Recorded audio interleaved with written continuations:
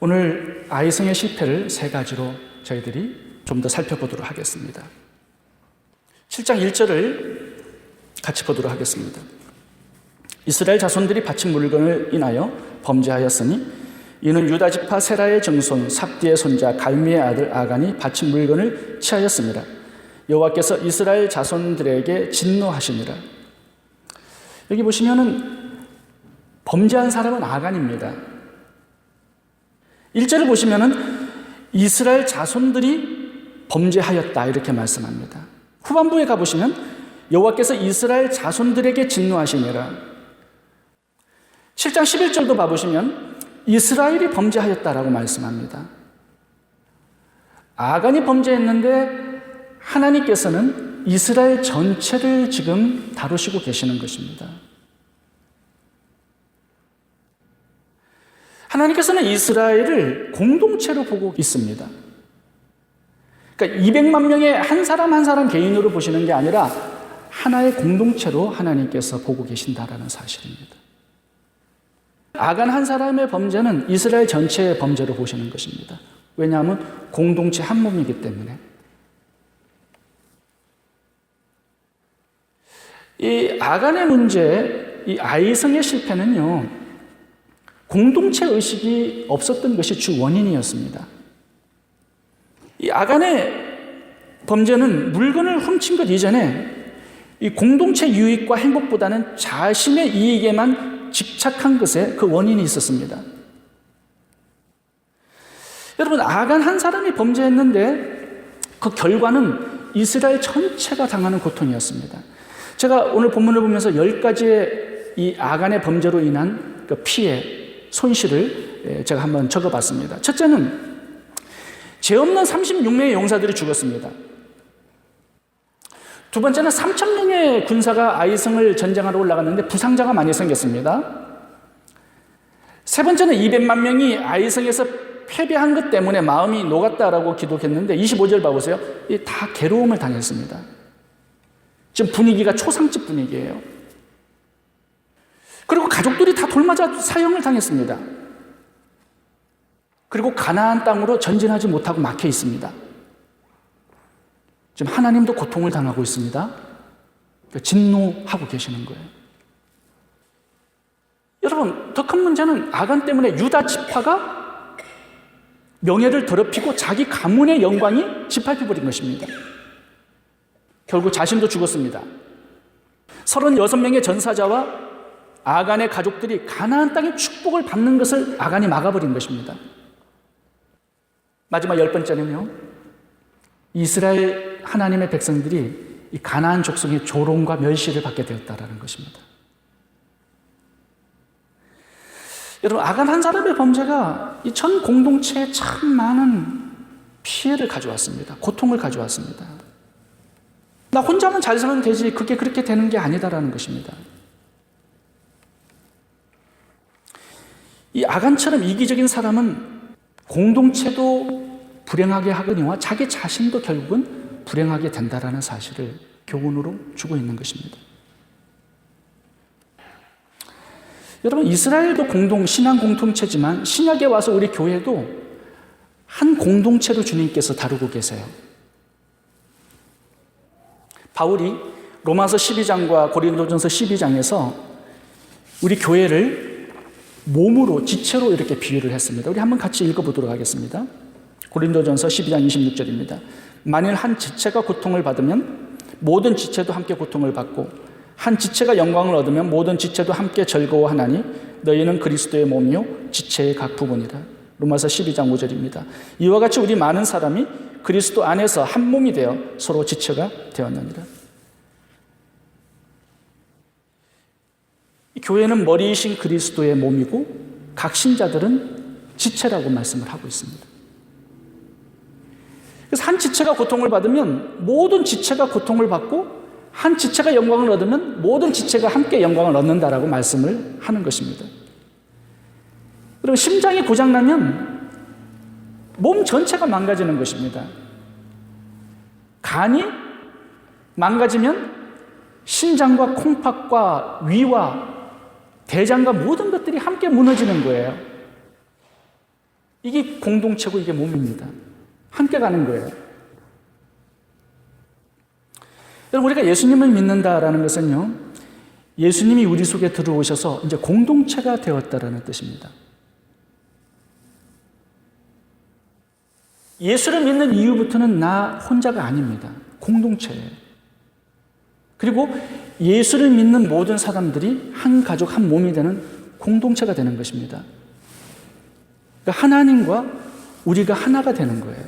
그러니까 우리 하나가 잘못되면 이 공동체가 아픔을 갖게 되는 것입니다. 성찬식이라는 게 그런 의미예요. 우리가 주님을 믿고 하나가 되었다는 뜻입니다. 침례도 그런 의미예요. 이 침례가 헬라어 원어로 보면 성부와 성자와 성령의 이름으로 인투로 침례를 받는 겁니다. 하나의 공동체로 침례를 받는 거예요. 그래서 사도 바울에게 주님께서 나타나셔서 왜 나를 핍박하느냐라고 말씀하셨죠. 성도들과 하나라는 뜻이죠, 예수님이. 마태복음 25장을 보시면 이 지극히 작은 자 하나에게 한 것이 바로 나에게 한 것이다라고 말씀하셨습니다. 하나님과 공동체라는 거예요, 성도들이. 우리가 다 하나로 묶여 있는 것입니다. 그래서 내가 범죄를 하게 된다라는 것은요, 이 공동체 전체를 범죄케 만드는 결과를 가져온다라는 것입니다. 우리가 이런 공동체의 의식을 가질 때 나 한 사람의 언어, 나 한 사람의 행동이 더욱더 조심스럽게 되는 것입니다. 여러분, 기억하시기 바랍니다.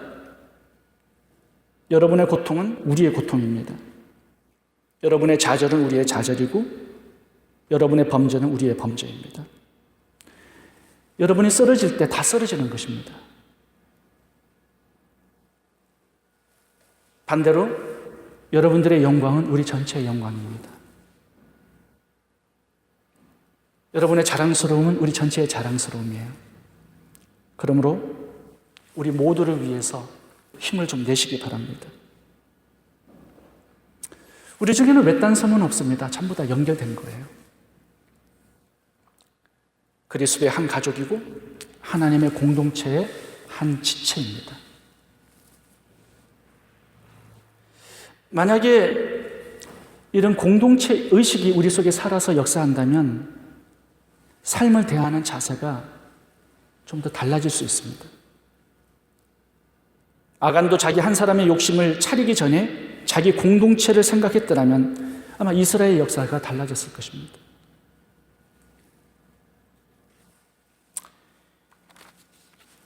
저희 교단 중에 한 교회에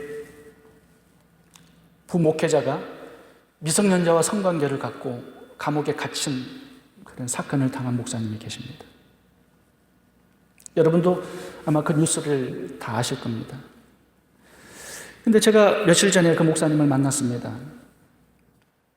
목사님이 이제 몇 년이 지나고 나서 좀 많이 회복이 되신 것 같아요. 근데 그 뉴스에 나오고 텔레비전에 나오는 이 사건이 있을 때는 목사님이 정말 말랐습니다. 몸무게가 많이 빠졌어요. 얼굴이 너무나 초췌했는데 사람들이 목사님을 막 공격해 오기 시작했다는 것입니다. 교회는 많은 사람들이 떠났습니다. 남아있는 사람들은 너무나 고통을 당해야 했습니다. 공동투표에서 교회를 이전하고 교회 이름을 바꾸자라는 의견도 나왔다고 합니다. 그 부목회자가 자기가 쾌락을 즐기고 있는 그 순간에 이 교회 모든 성도님들이 고통을 당해야 된다는 사실을 미처 생각을 못한 것이죠. 그것까지 생각한다면 감히 어떻게 미성년자와 그런 쾌락을 인조할 수 있겠습니까? 우리 바로 옆에 있는 교회도 부목회자가 중고등부 학생하고 성관계를 가졌죠. 그 교회도 뉴스에 뜨고 신문에 나고 참 너무 상처가 많았었습니다. 그 목사님 우리랑 만나는 걸 너무나 꺼려하세요. 힘들기 때문에. 그 이후로 저는 그분을 한 번도 못 만나 뵀습니다. 우리 지역교회에 같이 있는데도 불구하고. 그 교회는 이름을 바꾸었습니다. 여러분, 한 사람의 범죄가 그 한 사람으로 끝나지 않습니다. 우리는 공동체이기 때문에. 여러분들이 무심코 내뱉는 그런 비방과 비판과 원망불평이 그 한 사람의 원망불평으로 끝나는 게 아닙니다. 이스라엘 백성을 봐보세요. 전부 다 죽지 않습니까? 1세대가. 정탐꾼들이 와서 부정적인 보고한 게 그들만의 범죄가 되지 않았습니다. 1세대가 다 죽는 그런 심판을 당한 거예요. 다윗이 밧세바를 간음한 여러분 그것으로 끝난 게 아닙니다. 칼이 영영 그 집안에 떠나지 않고요. 아들들이 차례대로 다 죽습니다. 아담 한 사람의 범죄가 그 한 사람의 범죄로 끝나지 않았습니다. 온 인류가 죽고 하나님을 이 땅에 끌어내서 십자가에 못 박혀 죽어버리는 사건으로 만들어버렸습니다.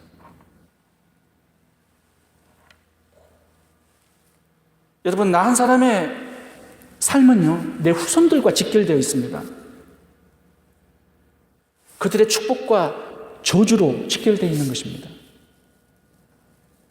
그런 걸 할 때, 이 공동체 의식을 가지고 살 때 나는 감히 죄를 지으면서 인조이하는 것이 쉬운 게 아닙니다.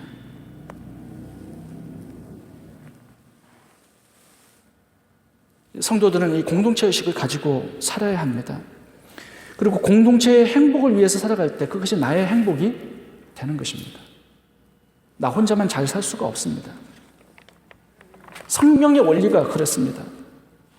요나 한 사람이 잘 살았을 때 12만 명의 니누의 백성들이 복을 받습니다. 예수님 한 분이 이 땅에 오셔서 십자가에 순종하셨을 때 온 인류가 복을 받습니다. 요셉 한 사람이 하나님 앞에 잘 살아갔을 때 애굽 전체가 복을 받습니다.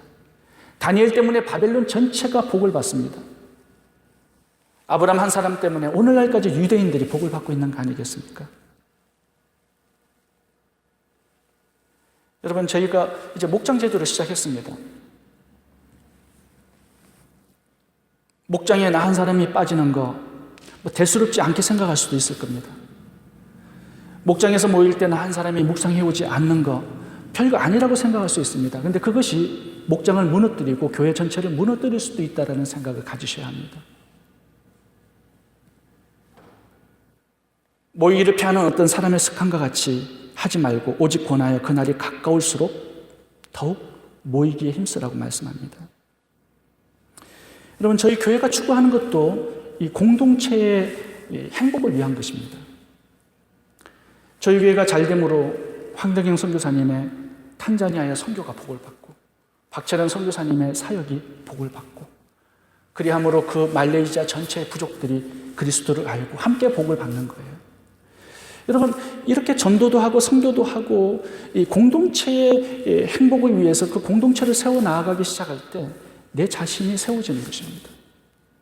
하나님도 나를 축복하실 수가 있는 것입니다. 왜냐하면 하나님께서는 공동체적으로 복을 주셔요. 가나안 땅의 축복을 공동체적으로 주시기 때문에 내가 공동체를 위해서 살아갈 때 그 축복이 나의 축복이 결국은 될 수 있다는 것입니다. 아간의 가장 큰 문제는 나 혼자 잘 살려고 했기 때문입니다. 결국 그것이 자기 가족들을 다 죽여버리고 하나님의 진노와 패배와 36명의 죽음까지 가져오게 된 것이죠. 아간과 같이 살면 자신도 망하지만 이웃도 큰 고통을 당합니다. 예수님처럼 자신을 들여 남을 세우는 공동체 우선적인 인생을 살아갈 때 공동체도 승리하지만 나도 승리하게 되는 것입니다.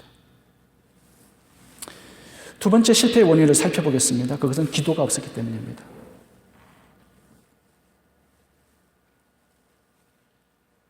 (7장 7절을) 함께 보도록 하겠습니다. 여호수아가 가로되 슬프도소이다.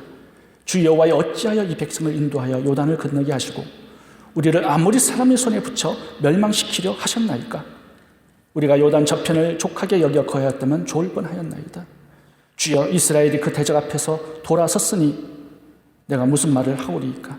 9절입니다. 가나안 사람과 이 땅 모든 거민이 이를 듣고 우리를 둘러싸고 우리 이름을 세상에서 끊으리니 주의 크신 이름을 위하여 어떻게 하시려나이까? 10절 봅니다. 여호와께서 여호수아에게 이르시되 일어나라, 어찌하여 이렇게 엎드렸느냐?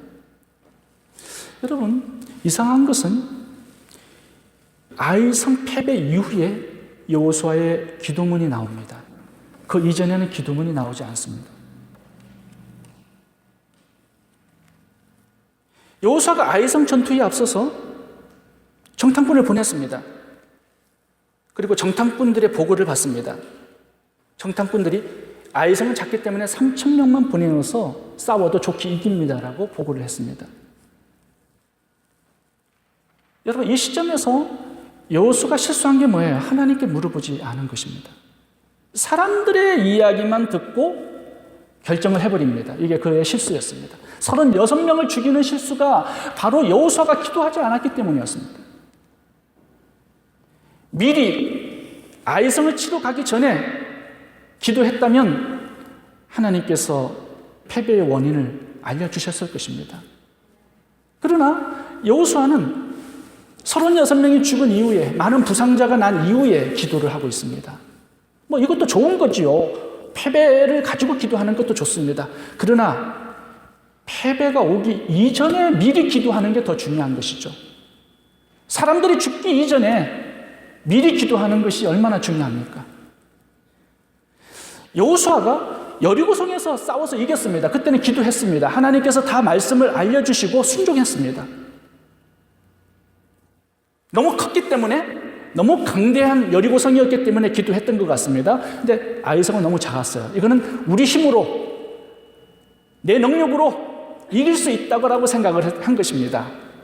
기도도 하지 않고 사람들의 얘기만 듣고 결정을 해버린 것입니다. 이게 그의 가장 큰 실수였습니다. 여러분, 큰 문제도 기도하셔야 하지만 작은 문제도 기도하셔야 합니다.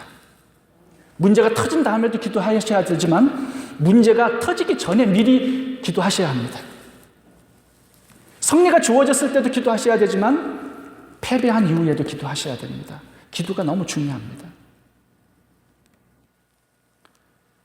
여러분, 이 여호수아 장군의 아이성 패배가 우리의 패배가 아니겠습니까?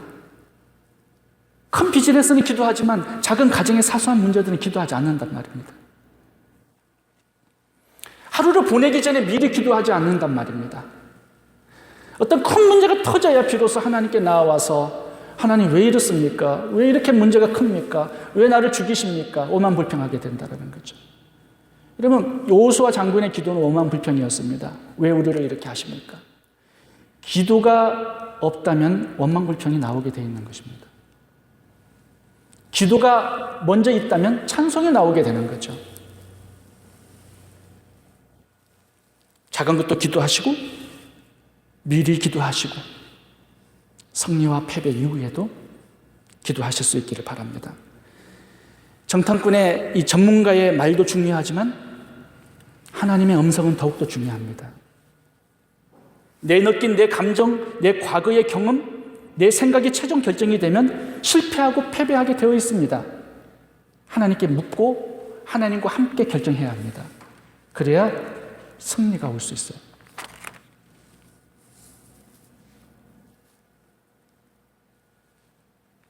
여호수아가 이때만 실패한 게 아니었습니다. 여호수아 9장을 가보시면 그때도 또 한 번 실패합니다. 기브온 백성들이 변장을 하고 찾아 나왔습니다. 화친을 맺기 위해서. 근데 하나님의 명령은 이 가나안 족속의 모든 족속들을 다 죽이라고 명령을 하셨거든요. 근데 이 기브온 백성을 살려줍니다. 왜 그래요? 변장을 하고 찾아왔는데 하나님께 묻지 않고 도장을 찍은 것입니다. 너희들과 합친을 맺겠다. 이 여호사의 실패 장면에 여호사 9장 14절을 제가 읽겠습니다. 그 원인이 이것입니다. 무리가 그들의 양식을 취하고 어떻게 할 것을 여호와께 묻지 아니하고 여호수아가 곧 그들과 화친하여 그들을 살리리라는 언약을 맺고 회중 족장들과 그들에게 맹세하였더라. 여호와께 묻지 아니하고, 이 단어가 여호사 9장의 여호수아의 실패 원인으로 나오고 있습니다. 여러분, 기도가 없으면 실패하게 되어 있습니다. 하나님의 도우심이 없는데 그 어떤 사업, 그 어떤 전쟁을 이길 수 있겠습니까?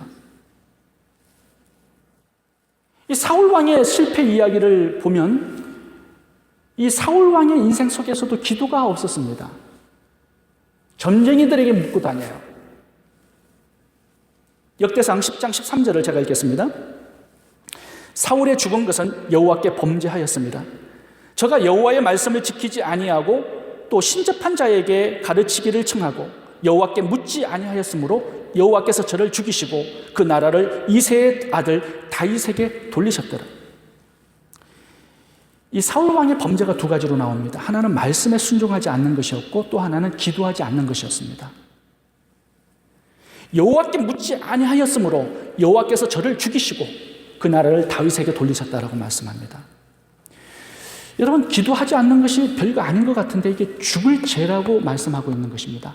사울이 죽는 원인이 기도하지 않았다는 것에 있었습니다.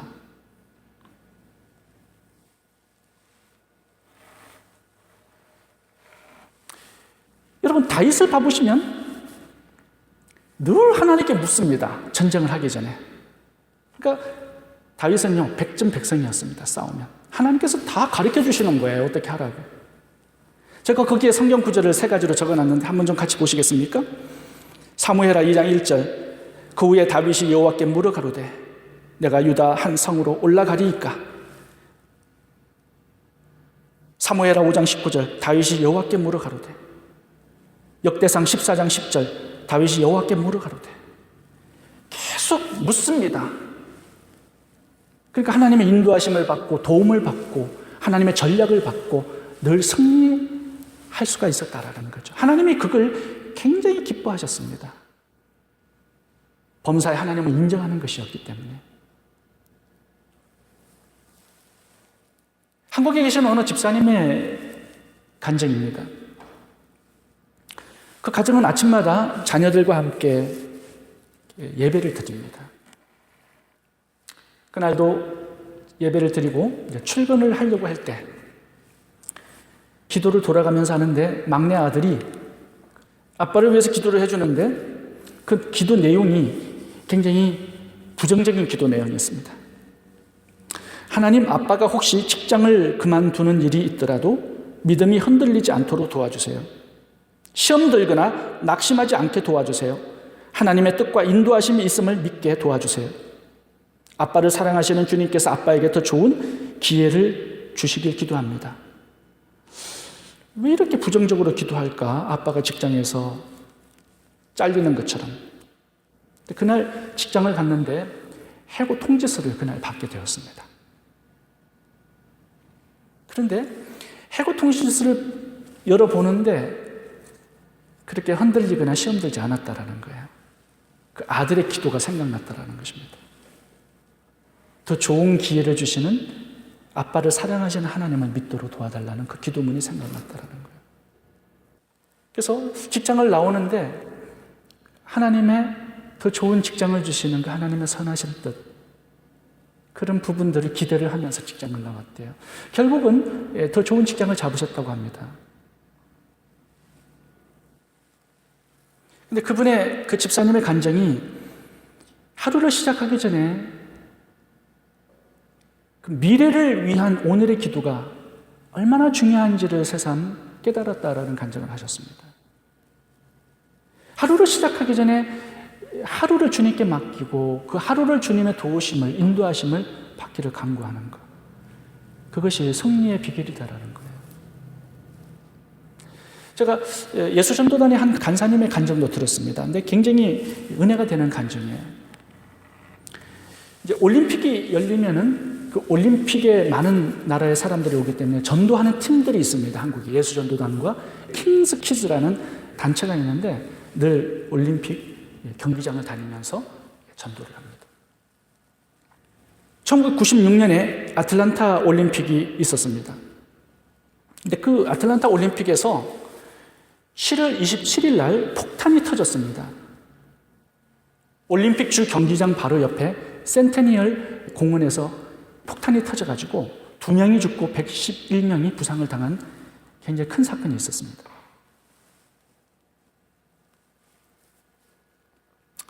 그날 아침에 예수전도단과 킹스키즈 27명의 단원들이 그 센테니얼 공원 폭탄이 터지는 그곳에서 전도 집회를 하기로 그렇게 계획을 가지고 있었대요. 그런데 아침에 기도를 하는데 한 초등학생 어린아이가 갑자기 막 우는 거예요. 기도를 하는데. 그래서 간사님이 물었습니다. 너 왜 자꾸 우니 기도해? 그러니까 간사님 이상하게 무섭고 두려워요. 하나님께서 제 마음에 오늘은 그 올림픽 그 경기장 그곳을 벗어나서 다른 곳으로 가서 전도하라는 마음을 주세요. 그 간사님이 이걸 믿어야 되는가? 갈등이 일어났대요. 이미 이제 스케줄이 잡혀 있었기 때문에 다른 팀들도 거기서 모여야 되는데 그 아이의 말을 하나님의 음성으로 이렇게 붙들었어요. 그래서 그 센테니얼 공원의 그 집회를 취소하고 다른 곳으로 가서 전도를 했다고 합니다. 근데 이제 차를 타고 그곳으로 가는데 지축을 흔드는 폭탄 소리가 들린 거예요. 바로 자기네들이 집회하려고 했던 그 장소에서 폭탄이 터진 겁니다. 여러분, 기도하지 않았다면 그 인도하심을 받지 못했을 거예요. 아마 뭐 다 죽을 수도 있었겠죠. 근데 기도하는 자가 하나님의 인도하심과 도움을 받고 승리할 수 있다는 말씀을 하고 있는 것입니다. 여러분, 기도하셔야 합니다. 힘들어도 기도하셔야 돼요. 힘들 때가 가장 기도를 해야 할 때입니다. 기도를 하고 싶지 않을 때가 가장 기도해야 될 때입니다. 이 사무엘은 나는 기도하는 죄를 범치 않겠다고 말씀합니다. 기도하지 않는 게 이게 죄가 되기 때문에 그렇다라는 거죠. 물론 이 기도를 쉬는 거 죄가 아닐 수도 있어요. 피곤하고 힘들면 기도 쉴 수 있죠. 베드로처럼 잠 잘 수 있습니다. 그런데 기도를 쉬는 그 순간부터 죄가 시작되고 실패와 패배가 거기서 출발한다는 사실을 우리가 아셔야 합니다. 그래서 여러분, 큰 문제도 기도하고 작은 문제도 기도해야 되고 승리 후에도 패배 후에도 기도하셔야 됩니다. 미리 기도하셔야 됩니다. 그래서 주기도문에는 시험에 들지 말기를, 악에 빠지지 말기를 미리 기도하라고 주님께서 말씀하고 있는 것입니다. 기도가 있으면 승리하지만 기도가 없으면 패배합니다. 세 번째, 패배의 원인을 하나 더 살펴보고 마치도록 하겠습니다. 죄를 빨리 회개하지 않았기 때문입니다. 죄를 빨리 처리하지 않으면 이 죄가 우리 속에서 자랍니다. 장성해집니다. 그러면 사망이 오게 되어 있습니다. 야고보서 1장 5절의 말씀이 그 부분을 설명하는 거죠. 욕심이 잉태한 즉 죄를 낳고 죄가 장성한 즉 사망이 온다고 말씀합니다. 여러분, 이 아간이 자기 가족들과 함께 죽어야 했던 그 이유가 다른 데 있는 것이 아닙니다. 물건을 훔친 데 있는 것이 아닙니다. 빨리 죄를 회개하지 않았기 때문이었습니다. 여러분, 본문에서 아간이 범죄하고 죽을 때까지 걸린 시간이 며칠이었을까요? 하나님의 음성이 여리고성 전투에서 주어졌습니다.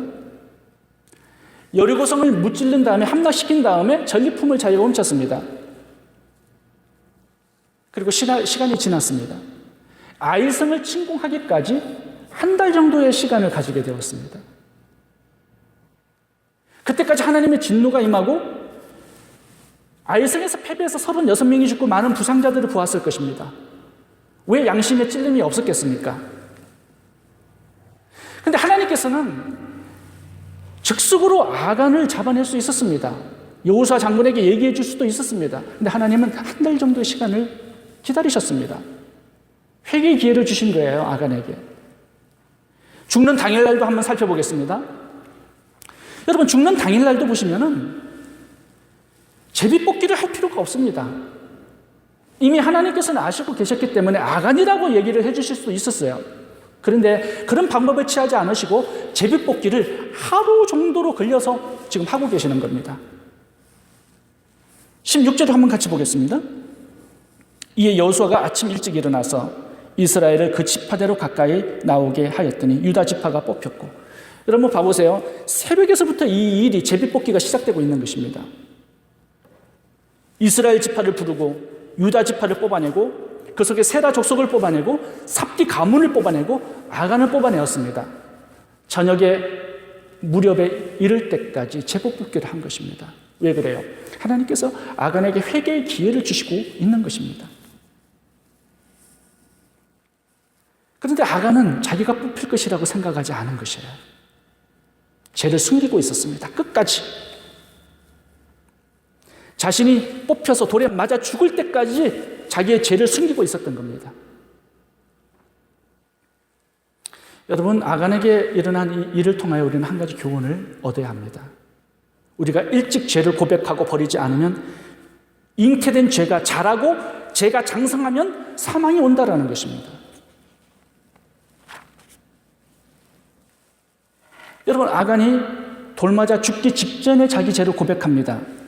21절입니다. 내가 노력한 물건 중에 신할산의 아름다운 외투 한 벌과 은 200세벨과 50세겔 중에 금덩이 하나를 보고 판매어 취하였나이다. 왜 일찍 죄를 고백하지 않았을까요?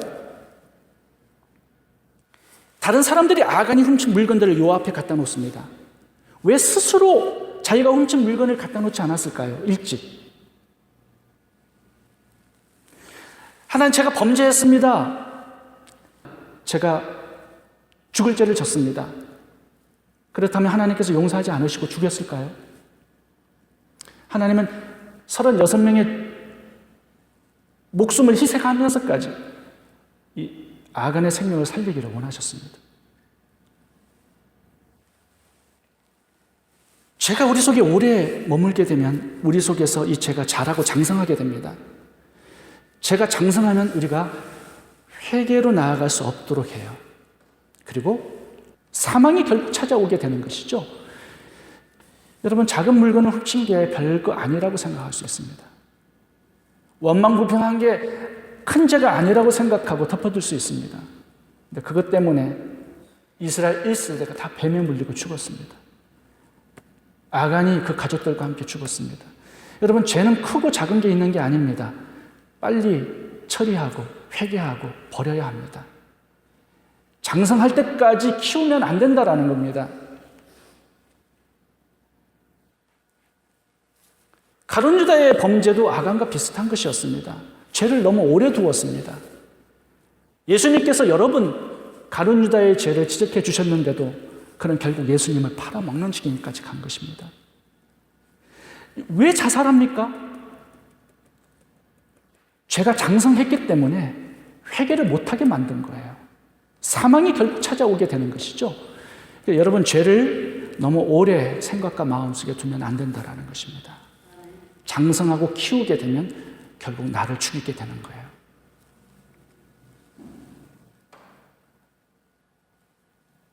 사울 왕도 다윗을 미워하는 죄를 10년간 키웠습니다. 결국 자살로 인생을 마쳐요. 근데 여러분, 하나님께서 색한 기회를 주는 사람들을 보면 전부 다 죄를 빨리 처리합니다. 베드로는 다우는 즉시로 나아가서 통곡하고 죄를 버리죠. 요나는 고래 뱃속에 들어가면서 회개합니다. 우편 강도는 예수님이 죽기 전에 회개합니다. 탕자도 아버지가 기다릴 때 회개하고 돌아옵니다. 그 사람들은 다 색한 기회를 주셔요. 하나님께서 위대하게 사용하시죠. 베드로는 위대한 사도가 되게 하시고 말입니다. 제가 존경하는 목사님 중에 고든 맥도날드라는 목사님이 계십니다. 제 와이프가 이분의 책을 참 좋아해요. 내면 세계의 질서와 영적 성장이라는 이 책은 제 와이프의 베스트, 굉장히 좋아하는 책 중에 하나인데 여러 번 읽고 있더라고요. 이게 1밀리언이 팔린 책입니다. 한국에도 베스트셀러가 됐죠. 근데 이 고든 맥도날드 목사님은요, 매사추세츠에서 이 그레이스 차플이라는 대형 교회를 목회하신 분이셨습니다. 그런데 20년째 목회에 성공을 하셨을 때 한 여인과 성관계를 맺고 범죄를 하게 됩니다. 그 범죄했을 때 당시가 미국의 월드비전의 총재였고요. IVF라는 이 학생 기독교 단체의 대표였습니다. 그리고 신학교 2군데의 교수 사역을 또 하셨고요. 굉장히 영향력이 미주에서 대단했던 분인데 갑자기 성적인 범죄를 하게 되었습니다. 양쌤의 가책 때문에 설교 시간에 그 교회에서 간음을 행했다고 공포를 했습니다. 이게 쉽지 않은 건데 죄를 처리해야 되겠다고 결단을 하고 설교 시간에 자기가 범죄했다라고 고백을 했습니다. 그 대가는요, 월드비전 총재 자리에서 파면을 당하고 IBF 대표직에서 파문을 당하고 그 교회 당회에서도 그 목사님을 파면시켜버렸습니다. 졸지에 실패한, 범죄한 목회자가 되어서 정말 비참하게 되어버린 거예요. 대형교회 목회자였기 때문에 뉴스, 미디어 굉장히 많은 뉴스를 타게 되었습니다. 그런데 그 대가를 자기가 책임을 집니다. 5년 동안 교회를 다니면서 조용히 뒷자리에서 사모님과 함께 예배만 드렸습니다. 그런데 예배를 드리다 보니까 한 가지 굉장히 중요한 것을 발견했다고 합니다. 그것은 목회자의 설교와 교회의 프로그램이 다친 자, 슬픔을 당한 자, 무너진 자, 깨어진 자를 위한 것이 하나도 없다라는 것을 발견을 했다고 그래요.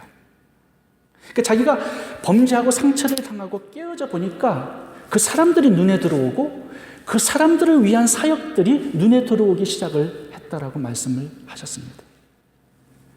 5년 동안에 비참하게 그렇게 살아가면서 5년 후에 책을 한 권 낸 것이 내면 세계의 질서와 영적 성장이라는 세계적인 베스트셀러의 책을 내게 된 것입니다.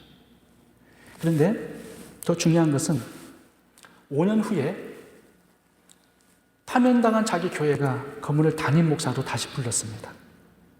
다시 담임 목사가 되어달라고. 왜냐하면 거기에 당의 모든 중직들이 이분의 변화된 삶을 본 거예요. 진정 회개한 것을 본 것입니다. 그렇다면 세컨 기회를 줘야 되지 않겠느냐 해서 당회가 그 간음한 목사님을 다시 담임 목사로 청빙을 해서 지금 25년째 지금 계속 목회를 하고 있습니다. 그게 1993년에 있었던 일이에요. 그러면서 이분이 책을 계속 냈습니다. 깨어진 자, 상처받은 자의 입장에서 사람들을 바라보면서 그분을 치유하기 위한 책을 10권 냈는데 다 베스트셀러가 되었습니다. 그리고 이 클린턴과 루인스키인가요? 그 여자분? 섹스 스캔들이 났을 때 이분이 상담자 역할을 했습니다. 백악관으로 가서 3년 동안 클린턴을 만나서 그분의 성중독을 치유하는 상담자로 이분이 선정이 된 겁니다. 지금은 그분의 가장 많은 사역 중에 하나가 목회자들의 성적 타락을 상담해주는 역할을 하고 계십니다. 자기가 그 부분에 깨어져 보니까 깨어진 사람들을 치유하는 상담자가 된 것입니다. 하나님께서 위대하게 사용을 하고 계세요. 여러분, 실패하고 범죄한 게 중요한 게 아닙니다. 빨리 죄를 처리하고 버리는 게 너무너무 중요해요. 그런 사람을 하나님께서는 운디드 힐러로 사용하시는 겁니다. 상처받은 치유자로 사용하시는 것입니다. 베드로도 그렇고 탕자도 그렇고요. 우편 강도도 그렇고요. 하나님께서 그 사람들을 통해서 교훈을 주고자 하는 부분들이 참 많으세요. 문제는 무엇입니까? 아간처럼 끝까지 죄를 숨기는 거 아니겠습니까? 나는 잘못한 게 없다고. 그렇게 되면 죄가 장성해서 사망이 오게 되어 있습니다. 어떤 잘못이라도 하나님의 품은 너무 큽니다. 예수 그리스도의 보혈은 너무나 강한 능력입니다. 용서 못할 죄가 없고 품지 못할 죄가 없습니다. 누구든지 죄를 가지고 나오는 다윗처럼 용서함을 받고 위로를 받고 다시 한번 치유와 회복이 있는 사람으로 변화되는 것입니다. 베드로처럼 위대한 사도도 되고요. 요나처럼 12만 명의 영혼을 구원하는 사람도 되는 것입니다. 저는 하나님의 품이 얼마나 큰지를 누가복음 15장 말씀을 여러분들과 함께 읽고 마치고 싶습니다. 설교 노트에 누가복음 15장의 탕자의 비유에서 주님께서 말씀하는 구절을 한번 같이 읽도록 하겠습니다. 누가복음 15장 20절입니다. 이에 일어나서 아버지께 돌아가리라. 아직도 상거가 먼데 아버지가 저를 보고 측은히 여겨 달려가 목을 안고 입을 맞추니 아버지는 종들에게 이르되 제일 좋은 옷을 내어다가 입히고 손에 가락지를 끼우고 발에 신을 신기라. 그리고 살찐 송아지를 끌어다가 잡으라. 우리가 먹고 즐기자. 이 내 아들은 죽었다가 다시 살아났으며 내가 잃었다가 다시 얻었노라 하니 저희가 즐거워하더라. 하나님은 우리를 기다리십니다. 문제를 가지고, 죄를 가지고, 슬픔과 끼어진 아픈 마음을 가지고 주님께로 나아가기를 기다리십니다. 나오는 모든 자를 주님은 품에 품으시고 잔치를 벌여주십니다. 치유하시고 회복해 주시는 은혜를 베풀어 주십니다. 그런 은혜를 저희들이 누릴 수 있기를 원합니다. 기도하겠습니다.